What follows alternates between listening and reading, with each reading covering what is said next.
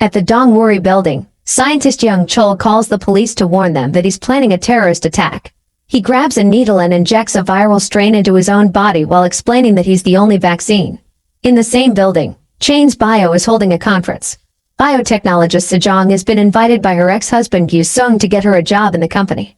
Sejong mocks Gyu Sung for caring about his ex when he has a new wife and admits he came because she received a personalized invitation with a mysterious poetic message. On the stage, CEO Woo Chol talks about a slime mold with cell regeneration capabilities, which has cured a rat from its paralysis.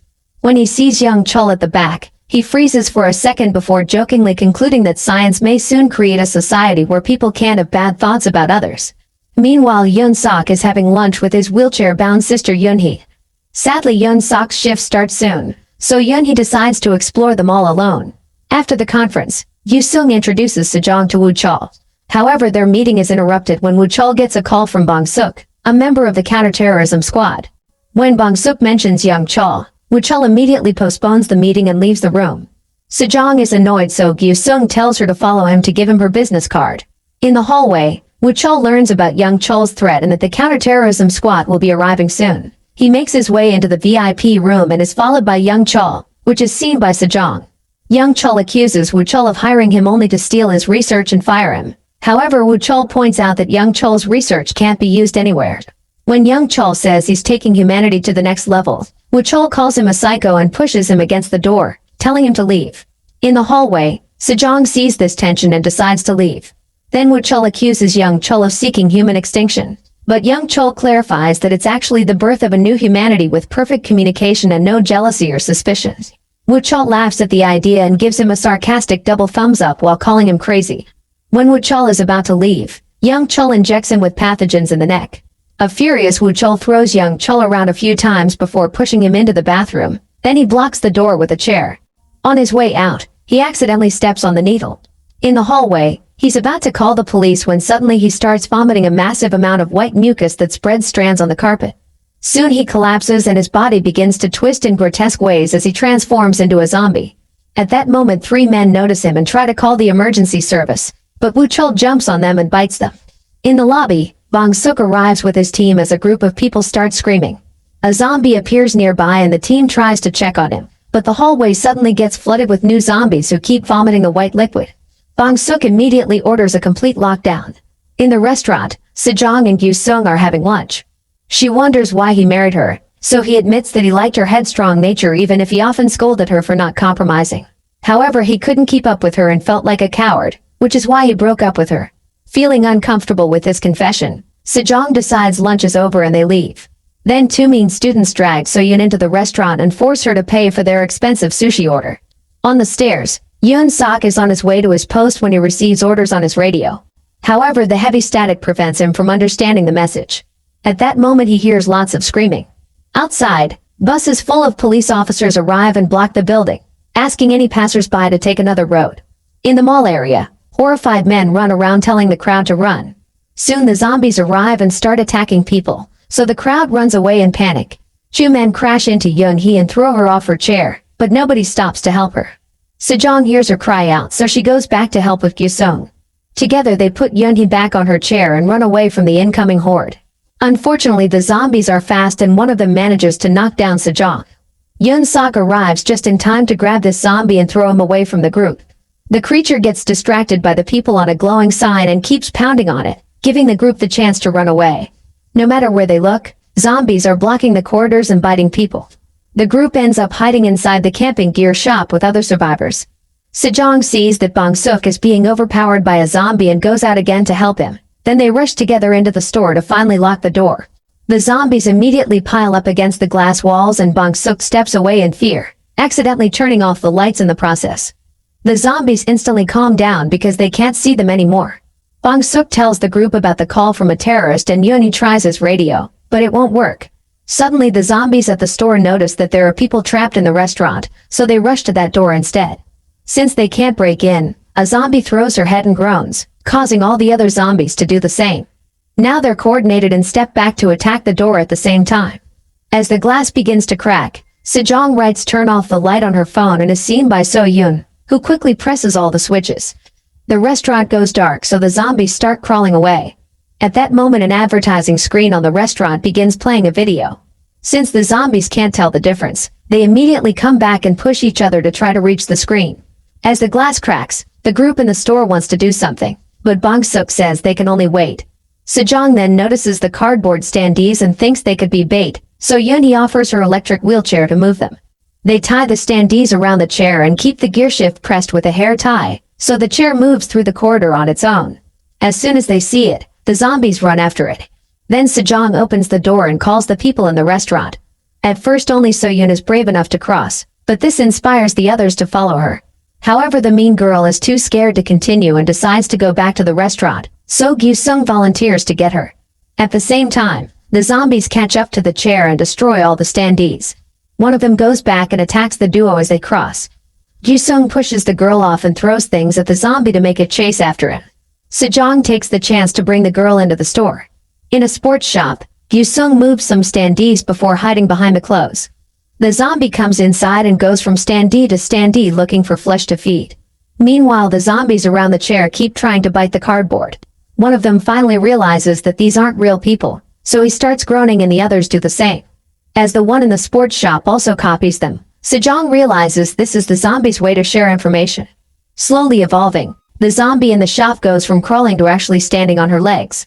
Now she knows how to actually search for something and quickly finds Gyu-sung, who tries to run away. The zombie tackles him, but she also falls in the process, so Gyu-sung keeps running. When he's about to reach Sejong, another zombie jumps on him and bites him. Sejong wants to help him, but Bong Suk pulls her back and locks the door. The rest of the horde returns and surrounds Gyu-sung to feed on him. When night falls, the survivors are still stuck inside the building, which is now under quarantine. News broadcasts talk about an act of bioterrorism and an extremely contagious virus, which has caused the locals to gather around the building to protest.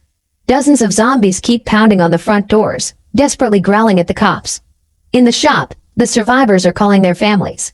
Gyu-sung's phone receives a call from his wife Sol-hee, so Sejong gives her the bad news and a devastated Sol-hee hangs up to comfort her daughter. Yoon-sok finds some equipment that he can wear on his back to carry his sister. The group wonders when they'll be rescued, so Bong Suk has to inform them that nobody is coming because of the quarantine. He also tells them that young Chul has the vaccine in his own body, so if they capture him they can all be rescued.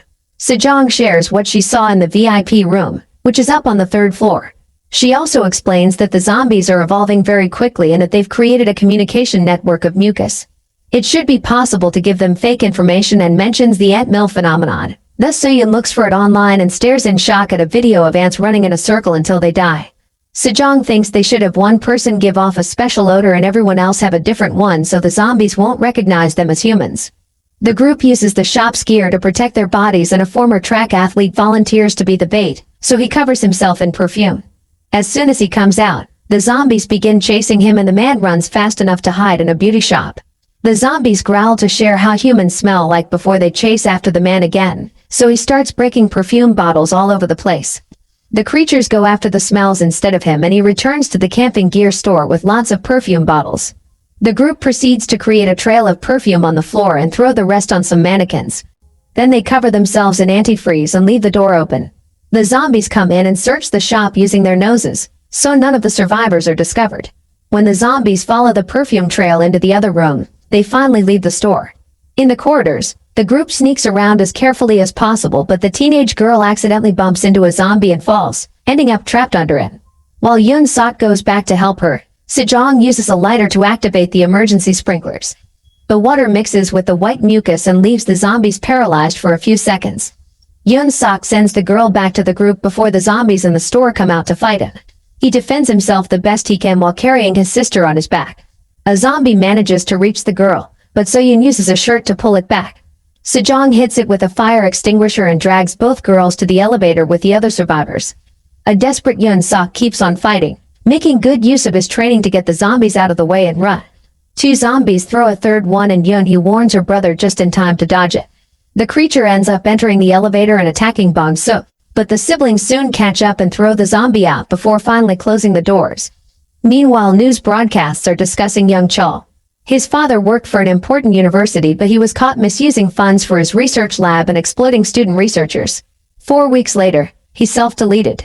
The reporters wonder if young Chul's terrorist attack has to do with revenge. When the survivors make it to the third floor, Bong-suk opens the bathroom and finds Young Chol calmly standing there, so he arrests him. Young Chol tells the group that using water was a mistake because when it evaporates, it'll help the network move faster through the air. Then Bong-suk announces they must go to the roof to be rescued, since the cops refuse to enter the building because the zombies are considered infected patients and mustn't be killed. Thankfully, Yeon-sok can guide them to the cargo elevator that only employees know. While the elevator slowly goes up, Bong-suk texts his team to ask them to meet them on the roof. Young Chol compliments the athlete's skills, but it's only a distraction to stop the elevator on the 9th floor. Zombies burst in and chaos takes over as the mean boy, the athlete, and the restaurant staff get killed. The rest of the group fight hard to push the creatures out and Young Chol calmly walks out. The survivors watch in shock how nobody attacks him before the doors close. While the group argues over what to do, the elevator reaches the 30th floor where a zombie is carrying another one to mock the siblings. Not wanting to fight another horde, the survivors choose to go to the second basement where the security cameras are. In the meantime, Solhi joins a special team to search Young Chol's secret laboratory. There are lots of documents and boxes filled with frozen monkeys. When an officer notices that a box is broken and empty, a monkey jumps on him and fights him for the gun, only to then run away. Solhi steps back in fear and accidentally bumps a box, causing the monkeys inside to go crazy. Soon all the monkeys in the room are freaking out and hitting the boxes to break the glass. They manage to escape and run around the room to find a hiding spot.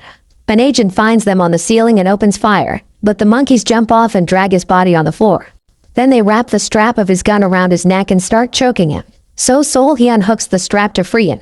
As the agents get killed one by one, Solhi tries to run away, but a monkey jumps on her and starts cracking her helmet. She manages to push it off but has to hit it again to keep it away. When the monkey is about to attack once more, a soldier shoots it down. This causes all the monkeys to instantly freeze. Solhi then looks at a board and discovers that all the monkeys were connected to the one they just killed, who happens to have the number 1. At the Dongwuri building, the survivors reach the parking lot. They notice 3 zombies stuck to each other in a weird shape and wonder if they're evolving again. The group carefully sneaks around until the mean girl steps on a can. Thankfully, the others lift her just in time so the zombies don't see her. Once they reach the control room, they close all the windows before checking the security cameras. Sejong remembers that Young Chol knew about the athlete's skills, but since he was in the bathroom, it means he can see anything the zombies see. The cameras find him on the 3rd floor, where he looks for something and only stops to synchronize his vision with the zombies. Eventually he finds Woo Chol, who Sejong realizes must have been the first infected. Young Chol offers his hand and Woo Chol bites it, causing him to collapse. While Young Chol squirms and mutates, the zombies freeze and growl as they receive new information. Bong-suk says this is their chance to go to the 3rd floor, so Yoon-hee decides to stay with the cameras to send them directions on the phone. The group takes the stairs to the 3rd floor without getting attacked since the zombies are still frozen. They easily find Young Chol and pick him up, causing him to cry out in protest. The zombies immediately wake up and start chasing them, so the group runs to hide in the nearest office. When the zombies stop at these doors, Sejong watches Young Chol's moving eyes and realizes he's communicating with them, so she blindfolds him and announces they're leaving. Young Chol falls for it and sends the zombies toward the exit, so now the corridors are clear. Sejong tells the others about Young Chol's power, so from now on they must only talk on the group chat. As the group moves through the corridors, Yoon-hee keeps sending them texts indicating where to go next. When they make it to the 4th floor, Bong-suk realizes they're going back to the control room and complains aloud, saying they should abandon Yoon-hee and go to the roof instead. Young Chol hears this and sends the message to the zombies, who have evolved enough to use the map on the computer. A furious Yeon-sok shakes Young Chol to make him stop, but it's too late. When he tries to take him away, Bong-suk points a gun at him and reminds him they must protect the vaccine, so he must abandon his sister. Yeon-sok lets go of Young Chol but runs anyway. While the control room gets surrounded by zombies, Sejong takes the gun from Bong-suk and says they'll wait for the siblings to come back. A survivor grabs her from behind and makes her drop the gun, so Bong-suk picks it up and hits her with it. Then he forces everyone to start making their way to the roof. Yeon-sok calls Yoon-hee for directions to save her. However, Yoon-hee tricks him into getting in an elevator without access to the basements. She says a final goodbye before the zombies break in and kill her while Yeon-sok has a breakdown. Minutes later, Young Chol falls on his knees and starts crying too. The group gets a message from Yeon-sok promising to kill Young Chol for revenge and saying that the survivors won't get out alive. Then Young Chol starts laughing. After protecting his arms with tape and getting a knife, Yeon-sok goes to the hallway and begins killing zombies without mercy. He makes it to an office and checks the cameras to find the location of the survivors, which he broadcasts on the PA system. Soon a zombie finds them and tackles Bong-suk, who responds by shooting it. A man calls out his hypocrisy since earlier Bong-suk said these were patients, so Bong-suk shoots him in the leg.